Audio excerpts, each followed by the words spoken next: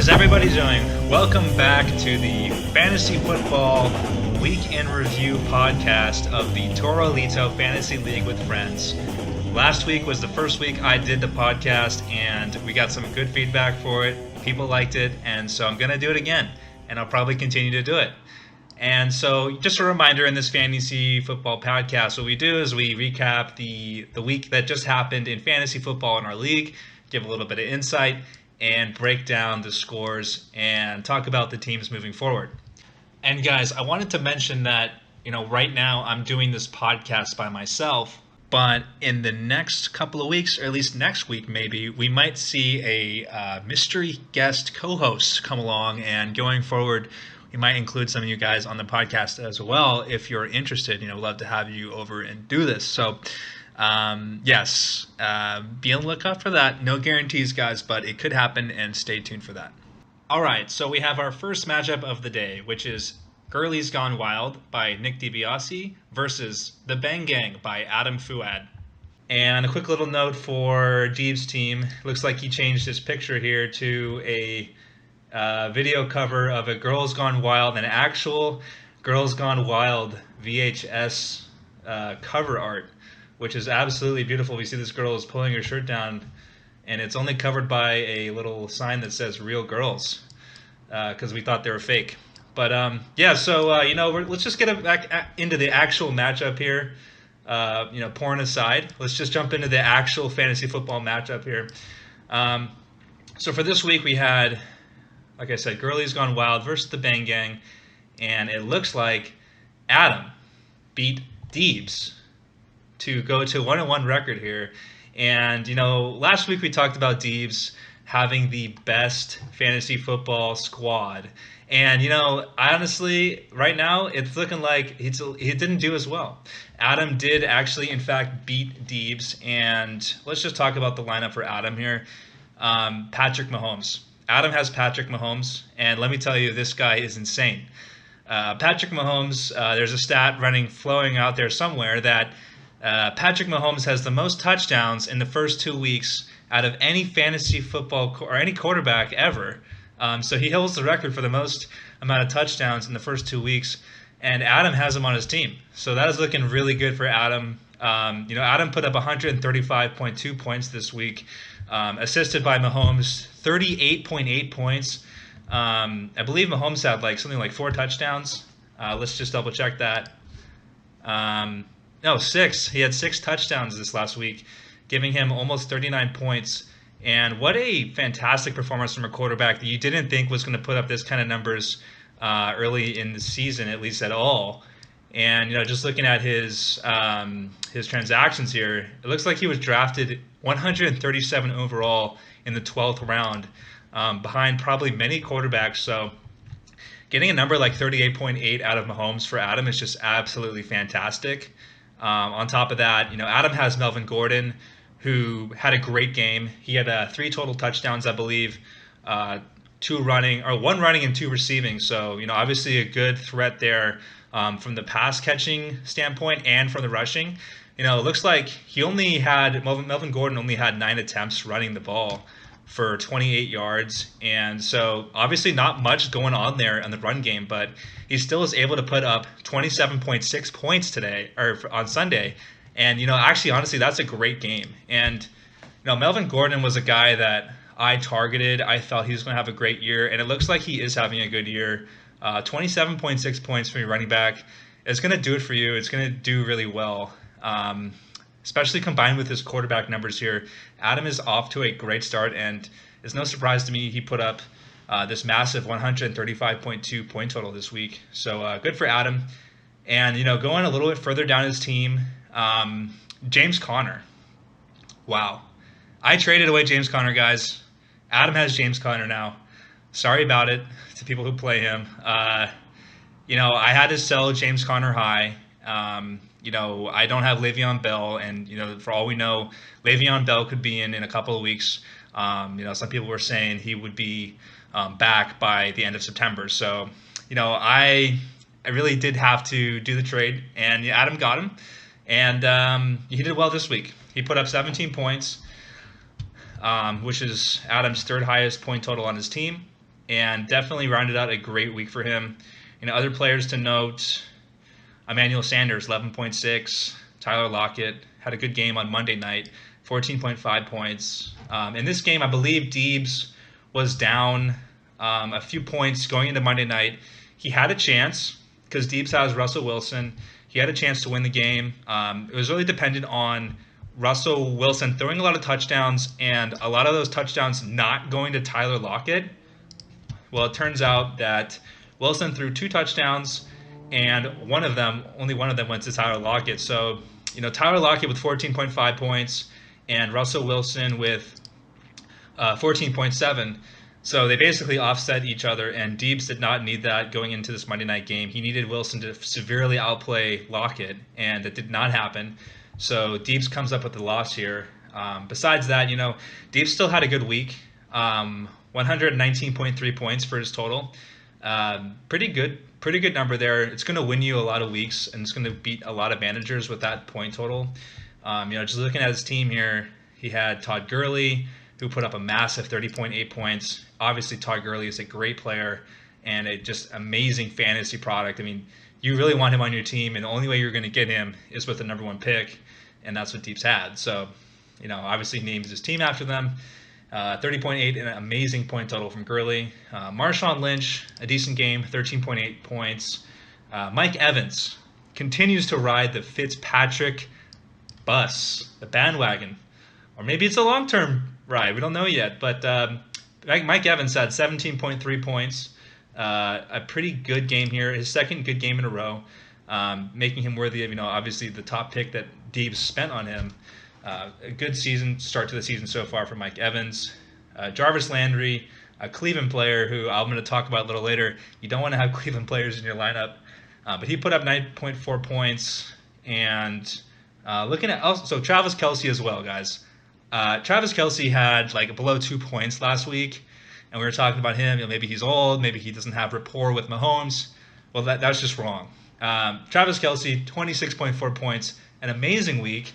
He was very active, especially in the end zone. He caught 2 touchdowns, and he had 7 receptions for 109 yards in this game, as opposed to just 1 reception for 6 yards last game. So a big turnaround for Kelce. And, watching this game here, Kelce was definitely targeted in the red zone a lot. So there was even red zone attempts to Kelce, which were they didn't come up on. They were incomplete passes. So Kelce could have had more here, and it's really reassuring, and it's good for owners of Kelce, obviously, that he's being targeted so much, especially in the red zone. So, good for Deebs. Obviously, good to see that from Deebs' end. Crowell, definitely he fell back to earth with the 4.9 points here. And, yeah, he had a good game last week, but, obviously he's coming back to his kind of standard production. He went from over 20 points last week to 4.9 this week. So, not the best of games. And that may be a little bit of a reason why Deebs didn't come away with a win in this matchup. But really, honestly, the biggest reason here, guys, and Adam, you really should be thankful of this, Greg Zuerlein. Greg Zuerlein actually did not play much in this game at all. He was out. He hurt, I believe, his groin or something early in the game, and he didn't play. So he put up a whopping 0 points. And it was interesting because even the Rams, they would just go for 2-point conversions on all their touchdowns without Zuerlein. So they didn't have a backup kicker or anything, and so there was, I believe, no field goals or kicks at all from the Rams this week. And Zuerlein, he obviously didn't. There was no kick, so he didn't get any points. He wasn't playing in the game, and 0 points from Zuerlein, who you can, week in and week out expect a pretty good point total from him. So if Zuerlein gets his kind of average score here, then I think actually Adam could have lost this game. So, Adam, you should be thankful that Zuerlein didn't play.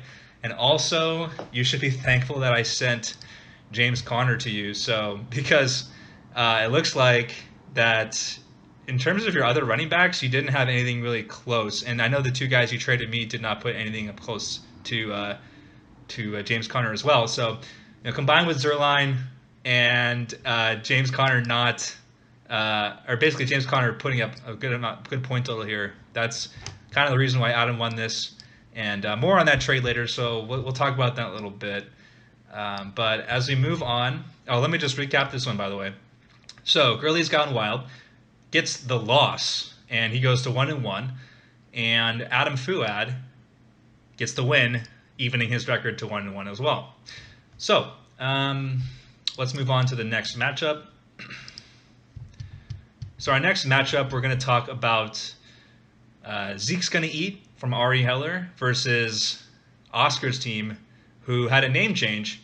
Oscar's team is now called Second String.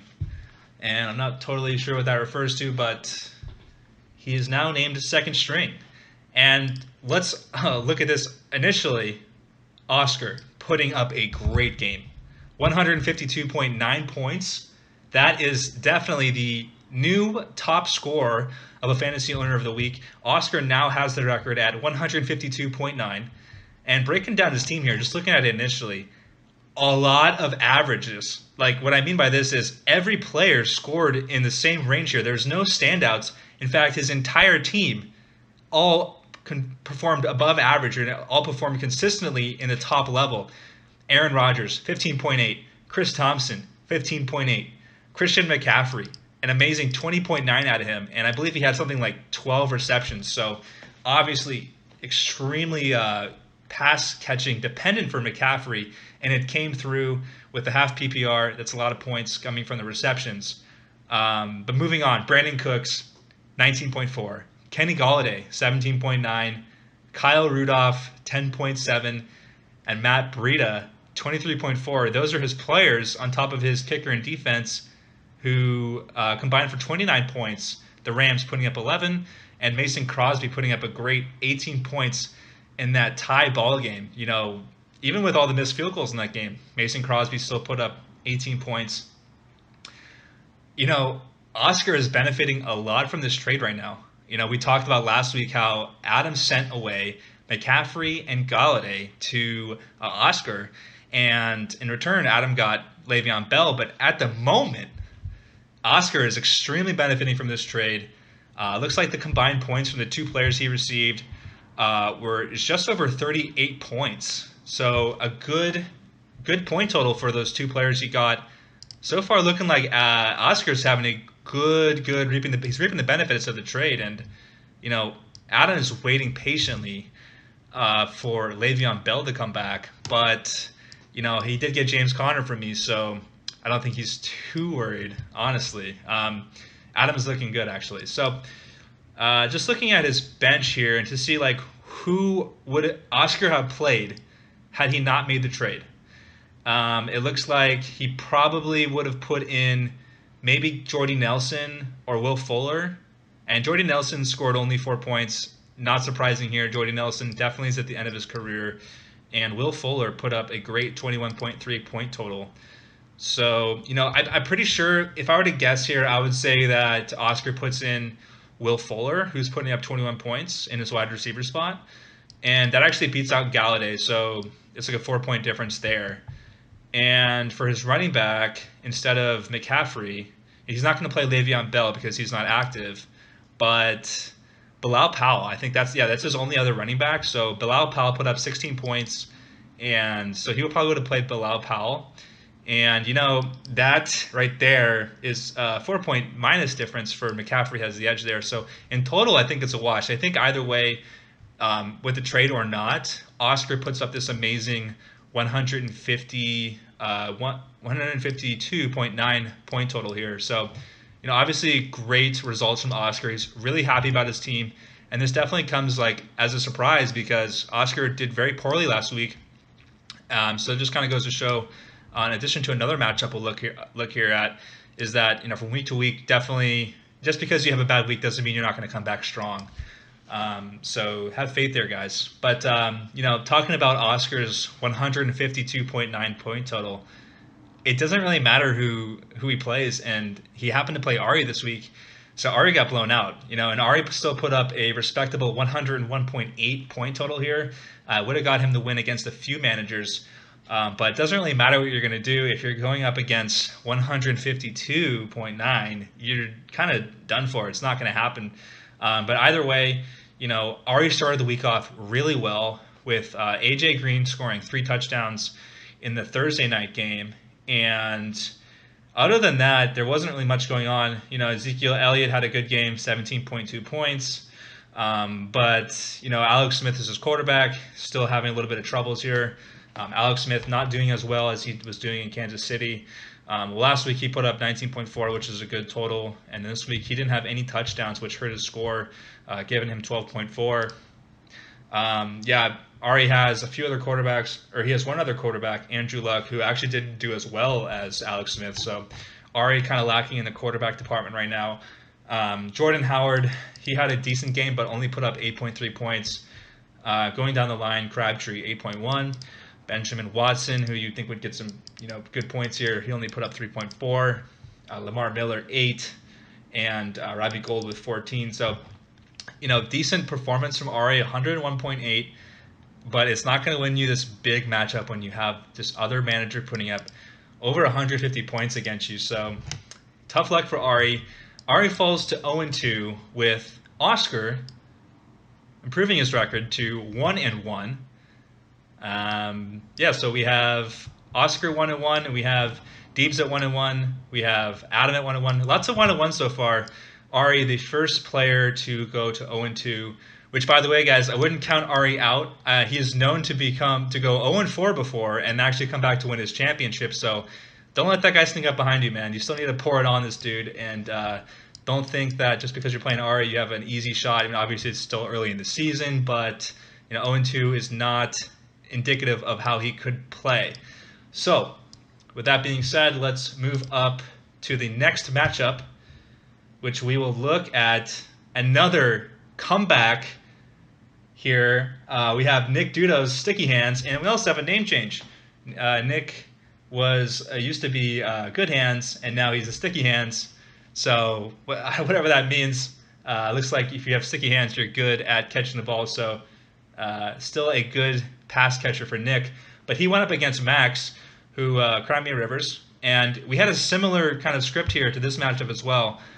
Nick put up this week's second best 145.3 points against Max Fishman's 93.4. A big win for Nick, who beat Max by over 30% of the score. And we'll just look at the box score here. Same story as the other matchup as well, guys, because Nick did not have a good week last week. He was kind of in that like Oscar status where it just both of them were just kind of low point totals. I think it was like in the 80s or low 90s. And this week Nick put up a huge 145.3. Let's kind of take a look at how it happened. Kirk Cousins had a great game, 33.5 points here for Kirk, and 4 touchdowns, over 400 yards. A fantastic effort from your fantasy quarterback. You definitely like that, and it's definitely a good number there. I saw on Lindsay's Instagram, she posted like a story of Nick like smiling super big with his phone out and his ESPN app. And now I know why, because Nick had a great game here, a great week. I'm sure he enjoyed watching the games this week. Stephon Diggs, his other standout player, 31.4 points. Stephon Diggs, a great player, great fantasy player. I had him last year and I loved him. He was a little bit hurt here and there, but he's a great opportunity to score lots of points for your fantasy team each week, and he definitely did put up a lot of points this week. 9 receptions, 128 yards, 2 touchdowns for Stephon Diggs. Absolutely unbelievable, and this is kind of performance which is going to set your team apart, and it definitely did set Nick's team apart. With his quarterback and Stephon Diggs here, a great start to his week. Other than that, Kenyon Drake and Kareem Hunt. Last week we talked with Nick's team that his running backs really didn't perform, and that was kind of why he didn't do well on top of his defense, by the way. But looking at it this week, Kareem Hunt and Kenyon Drake both combined had around 30 points. So it's 29.5 points here, and Kareem Hunt with a 14.5 and Kenyon Drake with 15.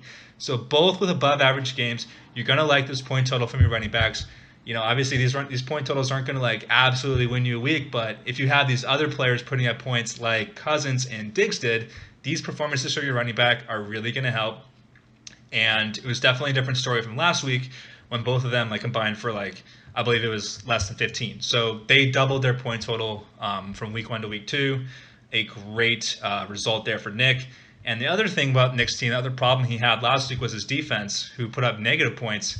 And this week, he had 19 points from his defense, a huge turnaround here, which is what led to his massive turnaround in his team and point total, 145.3. So congrats, Nick, on the great turnaround.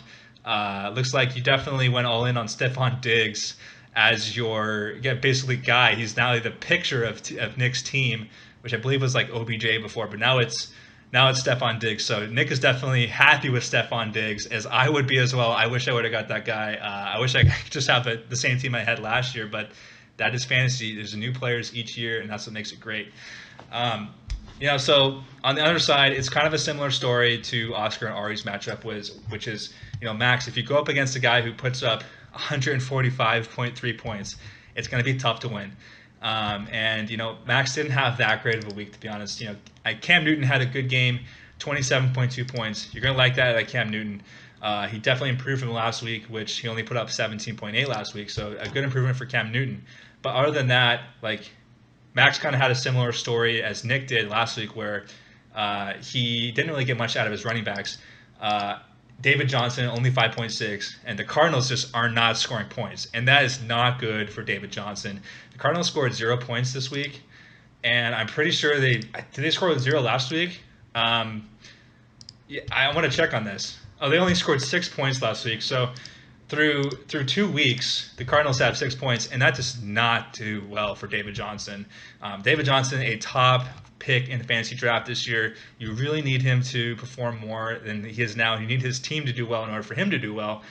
And with Sam Bradford at quarterback, I'm not sure if that's going to happen. They're just not clicking or jiving at all on offense right now. So it doesn't look that good for David Johnson. Of course, if the Cardinals get their offense together and start to score points, then he probably will start to improve his fantasy scores as well. But other than that, Adrian Peterson, similar score to David Johnson. Adrian Peterson with only 6.5 points.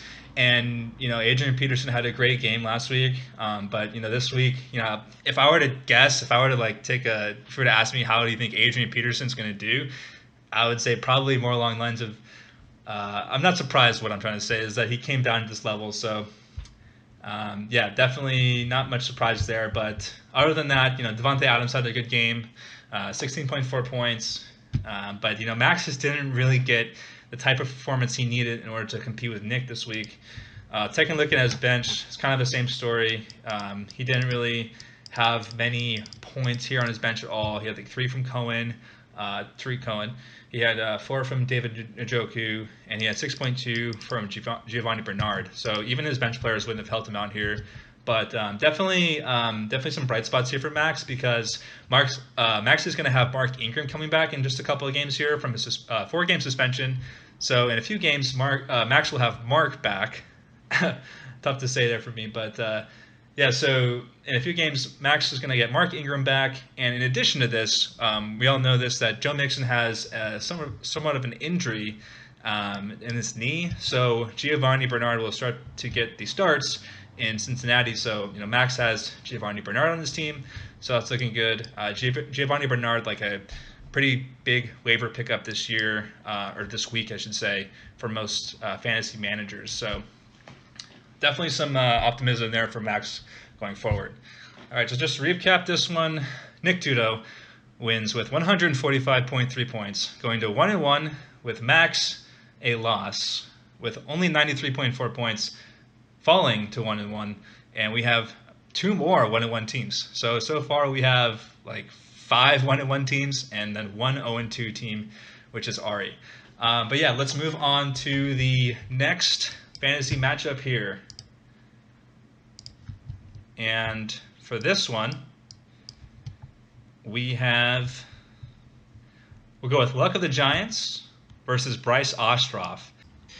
And before we get into this matchup, I'm really excited to do the Pat face reveal. Now, this may be the reason why some of you are listening to this podcast and why some of you are listening so far in, or maybe you just jumped right to this time in the podcast. I don't know, but either way, this is really exciting because we're going to reveal Pat's face to everyone for the first time.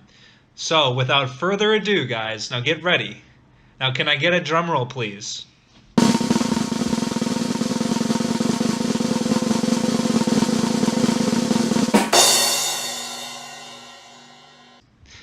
All right, so that's not actually Pat because Pat hasn't sent me a picture of himself yet. So I can't put a picture of Pat on there unless I get a picture of him. So, Pat, please send me a picture so I can put your face in the weekly podcast thumbnails and everyone will know what you look like. Maybe some people know what Pat looks like now, but I don't, and I think most other people don't as well.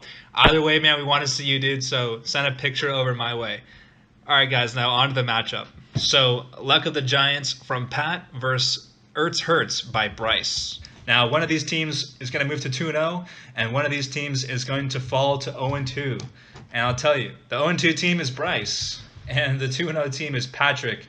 Luck of the Giants with a 113.2 win against Bryce's 93.7. Last week we had Patrick as a great scorer. I think he was the leading scorer last week. It might have been Deebs, but he was one of the top two. Patrick, this week he kind of fell back to earth a little bit. Drew Brees, Alvin Kamara, and Michael Thomas did not have the insane games they had last week. I believe last week they put up a combined like 100 points between the three of them. And this week they put up around 55, 60 points for the three of them, which isn't bad. I mean, these are still good numbers, but not what you had last week. But, Patrick still won this week, so he's not complaining. He's not complaining at all. If he had gone up against Nick or Oscar, he would have lost, obviously. But, he got the win this week, so he's not too worried about it. Drew Brees, 16.9 points. Kamara, 14.9 points. And Michael Thomas, a great 24.9 points. He is looking really good. I would say he's probably one of the top fantasy receivers right now, and it looks like he's actually number 2. Patrick looking good with the great offensive players of the Saints still. Kamara looks so explosive. It's just a matter that they didn't include him really in the game plan as much going through like the second and third quarter. If they did, I think he would have just went off. But still 14.9 points for Kamara, so you're not complaining. Alex Collins, 10.5 points. T.Y. Hilton with a good game this week, 17.8. And Chris Hogan. Chris Hogan is back in action after having a bad week last week. He now comes out to 17.7 points here, and that is going to be a better week for Chris Hogan for sure. A lot of fears squashed at this time because Chris Hogan got the ball. But I will say this, there's a guy named Josh Gordon who's going to be on the Patriots, and maybe Josh Gordon could potentially take away from Chris Hogan's his fantasy opportunities. But maybe not. Maybe we'll just see Josh Gordon not play at all. But so on top of that, the Patriots did not have a good game defensively, which was minus 2 points for Pat's team there. But in total, 113.2. And, against Bryce, what happened with Bryce here? So Bryce falls to 0-2, and it looks like he's getting decent production. Like Matthew Stafford had 23.8 points. Dalvin Cook, who could be injured, but he had 10.5 points. TJ Yeldon, 8.1. I think Bryce's problem here was that he just didn't really get much out of OBJ this week, 7.1. And I think that kind of has something to do with Eli Manning not playing very well as a quarterback. I'm sure OBJ is kind of frustrated probably that he's not getting the throws because I know he's a superior athlete. And that's just unfortunate, I guess, for OBJ, who probably could be doing much better in a better offense.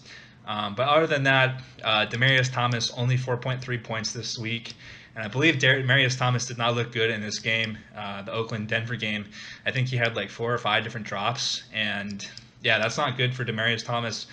He's definitely being outplayed by Emmanuel Sanders in that offense. So Bryce definitely could have some work to do to get his team up to par. Bryce was a league winner one year.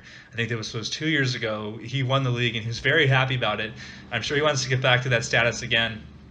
But, definitely some bright spots here. Sonny Michel, Bryce has him on his bench. He'll probably start to get more playing time, and as he gets more familiar with the offense, he'll probably start to score well. I would believe so in the Patriots offense. And in addition to that, Philip Lindsay had 11.6 points this week, and people are saying that Lindsay just looks so explosive, and he will most likely be that starter in Denver for the running back position. So definitely some upside here, and Bryce is probably going to need that with Dalvin Cook potentially going on the injured list here. So just to recap that one, we have Pat beating Bryce. by a score of 113.2 to 93.7.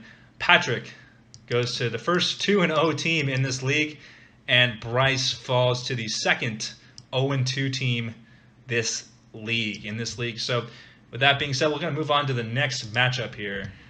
We got Timmy Franks against Mark Filonk, Pittsburgh Feelers against Return of the Mac, and Mark came away with the win on this one, beating Timmy by a score of 115.2 to 100.5, and that brings Mark to 2-0, the first 2-0 team so far, I believe, and also Timmy to 1-1, a part of the mass of 1-1 teams we have right now going on. So we'll see who can rise to the top of the crop there. But for now, Mark's 2-0.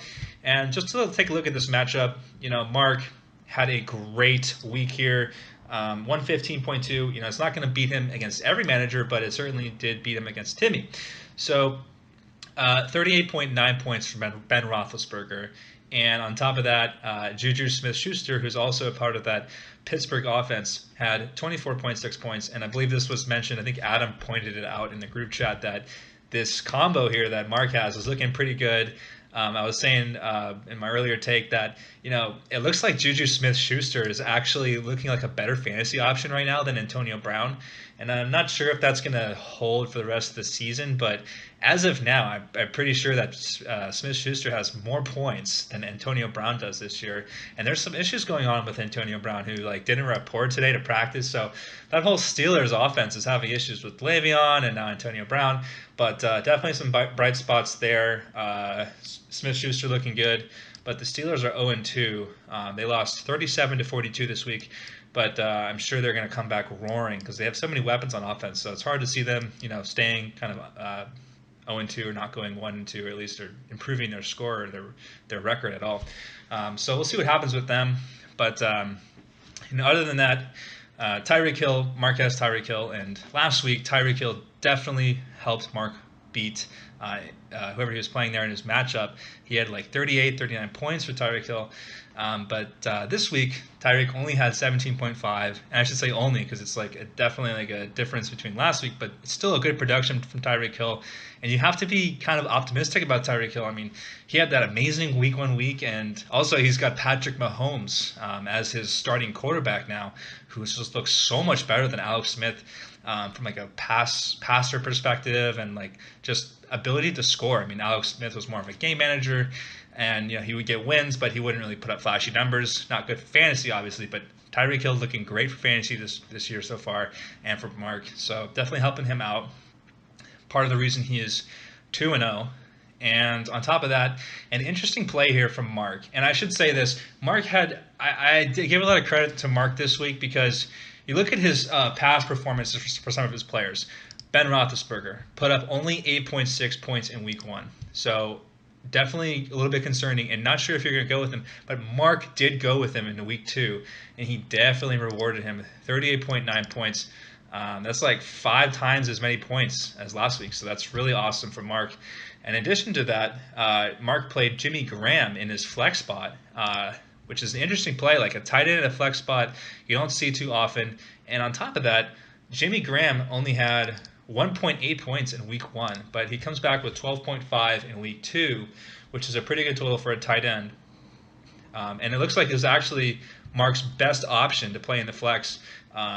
He didn't really have many other choices on his bench besides Jamison Crowder, who put up 4.7 points. So it was definitely the best play for Mark. Congrats to Mark for having confidence in his quarterback and having it pay off, and also playing tight end there in the flex spot. So good for you, Mark. Other than that, Mark's actual tight end position, George Kittle, definitely did not play as well as he did in his first week. Kittle scored only 3.2 points as opposed to his week 1 11.5 total. So, other than that, Mark put up 115.2 points total, and that's a good score, and they got him the win against Timmy. So looking at Timmy's team here, kind of consistent along the board here, and I'm kind of surprised he didn't do that well because you have some really good performances here. Saquon Barkley had 17.8 points. That's good. Obviously, Tevin Coleman, 14.5 points. And just to kind of compare this to Mark's right here, interesting because Mark Mark had two very poor running backs this week.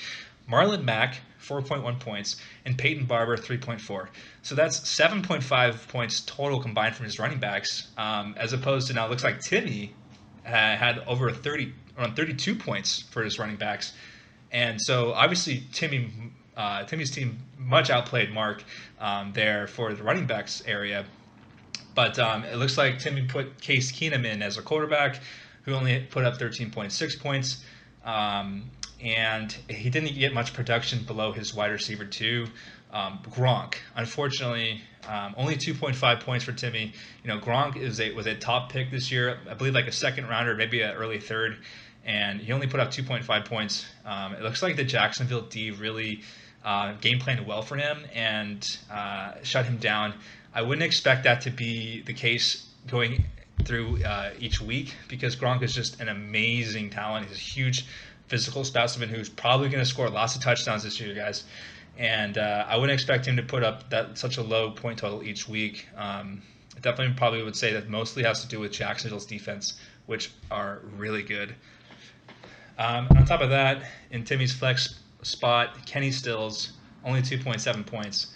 So, his defense only had 4 points, which was the Titans, and Will Lutz had 7 points. So, below his wide receiver two, Timmy had less than 15, 16 points here. And unfortunate for Timmy, a decent game. I think with a few lineup changes and adjustments, he probably might have come away with a win.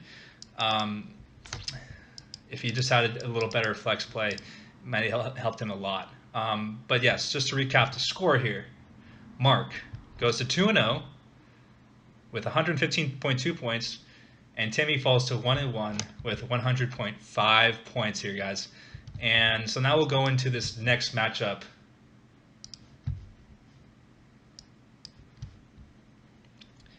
All right, so what do we have here? I believe this is the last matchup of the day. So we have fucking Foodie Flakes. Damn it, Jake, made me cuss again, brother. That's all good. Against Jen Burkhead, which is my team, and I actually lost this game here. I actually lost this game. It was my fault because, I'll tell you the score. It was 104.5 for Jake and 91.8 for me. Jake goes to 1-1, and I also fall to 1-1, adding more 1-1 teams to the mix. Yeah, so just going through this game here. Matt Ryan had an amazing game, kind of similar to Mark's confidence there. I really credit Jake here for this decision. Matt Ryan only had 8 points last week, and Matt Ryan put up 30 points almost this week. And that really helped him. He had 2 rushing touchdowns, which is not normal for Matt Ryan. So the fact that he had 2 rushing touchdowns, it really helped him, and that's 12 extra points. So good for him. Good for Jake getting those points for him. Jake had decent production out of his running backs. Joe Mixon and Jay Ajayi both put up 9.2 points each. But something that should be noted is that both these guys are hurt. I know Joe Mixon is out for the next couple weeks at least, and Jay Ajayi has some issues as well. He may play, he may not play, but he had a back injury and a leg injury as well in that game. So definitely some rough waters for Jake's running backs going forward. But Antonio Brown and then Golden Tate. Golden Tate actually outperformed Antonio Brown, 15.3 points for Golden Tate to Antonio Brown's 11.2 points. Jack Doyle, 3 points, decent. Not really going to get much from him, you'd think, each week, but 3 points is still better than none.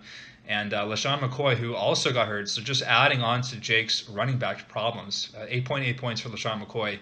Not sure if he's going to play next week, so definitely Jake is hurting on the running back front.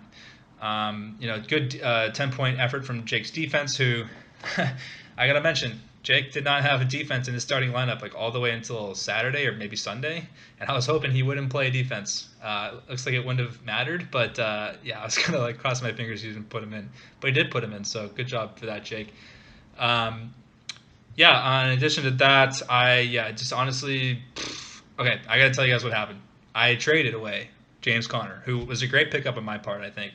And I traded him away for 2 running backs, basically, that are going to help me in the future. Because I definitely see problem with my running back course, especially if Le'Veon Bell comes back. And I traded away James Conner, who put up 17 points this week. And if you look at my running back one, which is right where James Conner would have been, Rex Burkhead, he put up 2.2 points. And you hate to see this happen, guys. When you make a trade, you're like, I hope this doesn't hurt me. I hope I get up the good end of this trade here. But this week it did hurt me, because if I did not do this trade and I did it with Adam, I would have won. I would have won this week. I would have had the 17-point total from James Conner instead of the 2.2 from Rex Burkhead, and that would have brought my score up to I want to say like 106, which just barely would have beat Jake. So I did the move, and I knew that it was a long-term play because I got two great running backs. I got Rashad Penny, who was killer in college, and I got Aaron Jones, who potentially could be the starter in Green Bay and a great offense. None of those guys are going to be starters for me in the next this week or maybe the next couple weeks also. For sure not this week. So this is why I put Rex Burkhead in. But so definitely was playing for the future there. And so Jake, you're welcome, man. You're welcome for letting me give you this win, dude. I actually wanted to hold out on the trade with Adam until Thursday so I could keep Connor in. But Adam was definitely playing some little hardball with me. So I did the trade. I didn't want to ruin the opportunity to get value for James Conner. I knew that it definitely could cost me this week, and it did. So that's my loss there. I followed a 1-1. Just to go over my team a little bit, I had Tyrod Taylor, who he sucks. Tyrod Taylor sucks, guys. Now he may be a good fantasy quarterback, but in the actual real NFL, he's not a good quarterback. He's not accurate with his throws. I definitely watched him pretty intently this last couple of weeks. His one upside is that he's got legs. He's a good runner, and he'll score some running touchdowns here and there, and that's how he has fantasy value. But in terms of his arm, it's absolutely terrible. Other than that, yeah, I got Carlos Hyde as well. Carlos Hyde is actually putting up some okay numbers for the fantasy running back for an RB2 this year so far. Over the first 2 weeks, he's got 13 points in week 1 and 11.5 points in week 2. So. Yeah, pretty decent numbers. I don't really want to trust Hyde going forward because he's on the Browns, but yeah, he's doing all right. All right, so just to recap this one, Jake comes away with the win, going to 1-1, scoring 104.5 points. I take the loss here, falling to 1-1 as well, getting 91.8 points. All right, so just to recap this one, Jake comes away with the win, going to 1-1, scoring 104.5 points. I take the loss here, falling to 1-1 as well, getting 91.8 points. All right, with that being said and all of the matchups being recapped, now let's go over the standings here in Week 2 of the Toro Lito Fantasy Football League. We have, in number 1, Luck of the Giants, the infamous Pat with 2-0, followed by Mark, Return of the Mac, 2-0 as well. I believe Pat has more points than Mark here at this point, giving him the first place nomination and recognition there. And we have a bunch of 1-1 teams here, guys. I think in total we have 8 1-1 teams total. And the first place 1-1 team is Girlie's Gone Wild by Nick DiBiase, 3rd overall. 4th place, Adam Fuad, followed by Oscar with 2nd string, 5th place. In 6th place, we have Nick Duda with Sticky Hands. 7th is Timmy, 1-1. Mind you, these teams here are 1-1. Timmy, 7th place. My team, Jen Burkhead, in 8th place at 1-1 as well. Max with Crimea Rivers, 1-1. And then the final 1-1 team in 10th place actually, is Flutie Flakes by Jake Disraeli. And then we have the 2 0-2 teams, Zeke Gonna Eat coming in at 11th place, and in last place we have Bryce, who has gone from first to worst in only 2 years, guys. But it is a young season and anything can happen. And I want to point some things out here. We have Ari at 0-2 and 11th place, but looking at the points for total, Ari has put up, he's actually, for his points total, he's in 5th place at 213. No, I'm sorry. I had that messed up there. So his points total, he is in I think 8th place here at 213.9 total. But what really stands out for Ari, guys, and everyone should know this right now, Ari is getting very unlucky right now. His points against total, which is the points that's scored on you, is 302.1 points, and that is the most points against out of any team by a huge margin. The second leading points against team is Adam Fuad, and he's gotten 251.2 points scored against him. So Ari is definitely getting unlucky here, and by a good margin too. So Ari, hopefully your luck turns around, man. Maybe you should change your name to Luck of the Giants or something. But yeah, that's interesting to note. It's not always important to look at the standings, but actually the points for and the points against, they tell a good story of how the season's going. So, but that is the standings for the league so far. And I'll just recap that real quick. I'll just say the 2-0 winners. Pat, Luck of the Giants, 2-0, and Mark, 2-0 as well. So congrats to the 2-0 winners, the undefeated teams. You guys all want to go undefeated. It would be a long journey to do so, and that'd be really impressive as well. But it's not easy to do it at all. So that's the standings there. And to end this week, guys, Timmy talked about this in group chat over the week, and I found this out from Timmy talking about it. And that is Bob Menery. And this guy is hilarious. And so I thought I'd end this week with an interesting clip that he put up on Instagram. And this kind of recaps the week for kickers. And for this clip, I will put the clip he did of the Browns kicker, Gonzalez. And it is hilarious, guys. It's going to be here. Just hold on a sec. I'm going to play it in just a minute here.